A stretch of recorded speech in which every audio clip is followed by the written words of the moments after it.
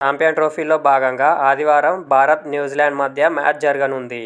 ఇప్పటికే ఇరు జట్లు సెమీస్కు చేరగా ఈ మ్యాచ్లో గెలిచిన టీం గ్రూప్ ఏలో అగ్రస్థానంలో నిలుస్తుంది. ఇక పాకిస్థాన్తో జరిగిన మ్యాచ్లో శతకం బాది ఫామ్లోకి వచ్చిన విరాట్ కోహ్లీ కివీస్పై మంచి రికార్డు ఉంది. ఆదివారం జరిగే మ్యాచ్లోనూ విరాట్ రాణించాలని అభిమానులతో పాటు టీమ్ మేనేజ్మెంట్ ఆశిస్తుంది. న్యూజిలాండ్తో జరిగే పోరులో కోహ్లీ అదరగొడితే సచిన్ పేరిట ఉన్న రికార్డును బ్రేక్ చేస్తాడు. విరాట్ 106 పరుగులు చేస్తే సచిన్ను అధిగమించి కివీస్పై వన్డేలో అత్యధిక రన్స్ చేసిన భారత ఆటగాడిగా రికార్డు సృష్టిస్తాడు.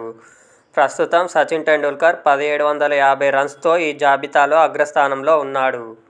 కివీస్పై సచిన్ 42 వన్డేలు ఆడి 5 సెంచరీలు, 8 హాఫ్ సెంచరీలు సాధించాడు.